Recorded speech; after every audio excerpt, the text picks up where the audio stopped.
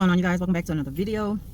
If I look a little shiny, it's because I'm trying out this moisturizer. I went to the dermatologist last Friday and they prescribed me something for hormonal acne because I had it real bad here last week, real bad. And they gave me a cream, also taking a pill for it, and it should be clearing up, like completely gone soon. But I also went for these dark spots, these 3 little dark dots that's been on me for a while, and they gave me a cream for that to use as well. So if I look a little shiny, that's moisturizer. I probably shouldn't have put it on because I have oily skin. I shouldn't have put on that much. And I know sometimes, like I'm recording from my Android phone, they have that automatic filter in the camera already. So these glasses will not stay around it. Hold up. They will not stay around it. You got me looking crazy.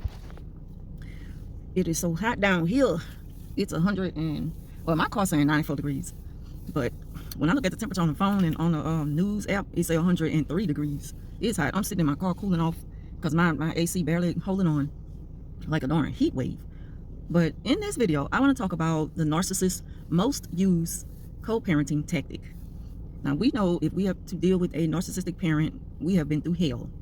We have done everything bent over backwards to try to make the co-parenting smooth, and they do everything to make it difficult by moving the goalposts, asking for, they put up additional requests. As soon as you get comfortable with things working out one way, here they come with a new request. They want the kids more or something. Nobody do that. It's because they see you have moved on past them and everything they do to get to you. They see that they're not getting to you anymore like they used to, so they'll use the kids. And they probably put you through the ringer when they first got, like, custody of the children for certain days. They probably put you through the ringer, especially if they knew you already had made plans to have the kids on certain times for something. Narcissists don't care about nothing like that. That's why it's good to not even give them your plans, because they're going to find a way to sabotage it.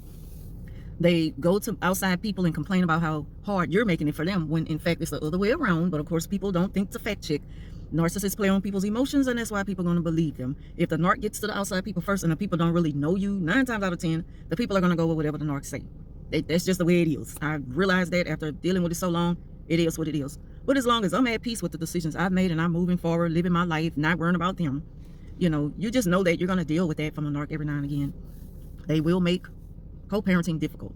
This number one tactic they use is, I need to see my children. She won't let me see my children, or he won't let me get my kids. Because I know a lot of times the dads have the kids as well, and I feel like I've dealt with more female narcs than anything. So, but the situation is, again, as long as the narcissist can make it look believable about a person. Yeah, I'm looking at this squirrel. As long as the narcissist can make it look believable, just sitting up there looking at me, make it look believable about you being a difficult parent, they know they're gonna put together a smear campaign. At the same time, a fake support system, which will start, what is it called?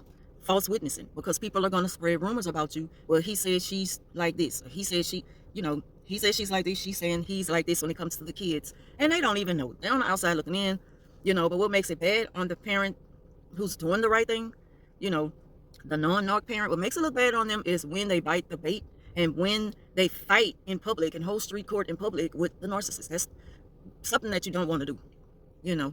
Keep it on record, keep everything documented. If the narc is giving you a hard time, don't engage with them in any disagreement, and don't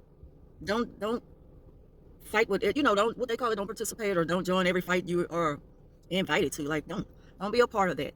They are not worth it. They're gonna make it hard on you. They really don't care about those kids like that. I mean, I don't care what nobody say. I just don't think a narcissist know what it feels like to genuinely love their children. I don't believe that it's possible for them to know how to do it. I don't think that they know how to do that. And so they use those children as supply. They use them as bait. They know what they're doing. And they know that they can get a certain reaction out of you if they come at you a certain way, especially out in public. And it's hard. It is hard to ignore narc. It's hard to turn the other cheek. It's hard to let bygones be bygones. People that don't get it, they don't know how to take it, but they all use the same old cliche response to the situation, which they shouldn't get in something that they don't have the full details on, the whole backstory about. They shouldn't, but people do. And they all say the same thing. I wish y'all just get along. And it's not you, it's the narc. Like, we know, but the people don't know. They get on social media and, make it seem like they're having such a hard time getting through the day because the children are gone and stuff like that. Like, you don't even care that those kids are there.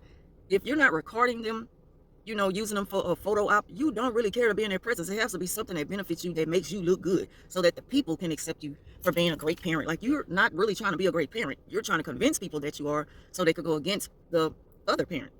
That's what narcissists do. That's the type of game they play. They want you to play this game with them forever. Narcissists could keep up the co-parenting fight forever because, like they say, if you would wrestle with pigs, you know, like, you're just like the pig now. Like, no one knows how to separate the two and say who's innocent and who's guilty of, you know, being a perpetrator. You won't be able to tell unless you really know, unless you've really been following the story.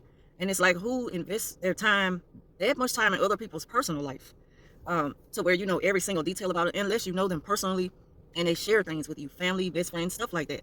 Other than that, you know, all you could do is just kind of be very unbiased about it, but hope that, you know, it's all about discernment and knowing what's really going on, knowing how to determine, um, how to point out who's being truthful and who's fake, who's the fraud in the whole situation. You know, but again, a lot of people, they don't want to be that involved in people's business like that. But that's why they work extra hard in trying to gain support. They will even try to gain support out of strangers because they just need everybody to be on their side, and they need you to be alone so you can get the beat down from the people. And they pretend like, well, I'm such a victim and everybody loves me because of what I'm going through. They sympathize with me, you know, and so they just want to protect me. Well, what can I do about it? People love me that much. Like, that's what they put out there. And it's not even about that. It's something that they created. They throw rocks and they hide their hands. That's the game they play. And that is the most used tactic of a narcissist when it comes to co-parenting. They use other people to attack you, and they use those kids to make you look like you're a bad parent. They also use those kids in the beginning as a way to hurt you because I'm taking them away from you. But for a person who has moved on and they're happy now that they're done with the narc, and also when they know that their children are enjoying themselves, even with the narc parent, and they see, okay, well, they're happy, so I'm happy. They know that you really have no fight to put up. You have nothing to prove to the court, so it's all good. But that's not good enough for a narc. When the narc see that you're happy and you're doing your own thing, or you're dating somebody else and whatever, you're just too happy for them, they're not going to just, you know, leave well enough alone. They're going to keep picking with you on the slick, and you got to really know how they do this and when they're doing it. But a person who's unaware of a narc, they're not going to know. They're going to look at that behavior as normal. They pick with you. They throw slick jabs. You know, they throw shade. They do things that other people look at like, he's not copying off your new man. I mean, everybody I know, like every other guy I see nowadays, they wearing that style. But it's like, no, you don't get it. And so it's like no point in even trying to explain things to people who just don't get it. Because at the end of the day, it's not even about that. It's about knowing how to fight that good fight against the narc, knowing what fight to fight with the narc, and which ones just to leave the guard, because they play dirty.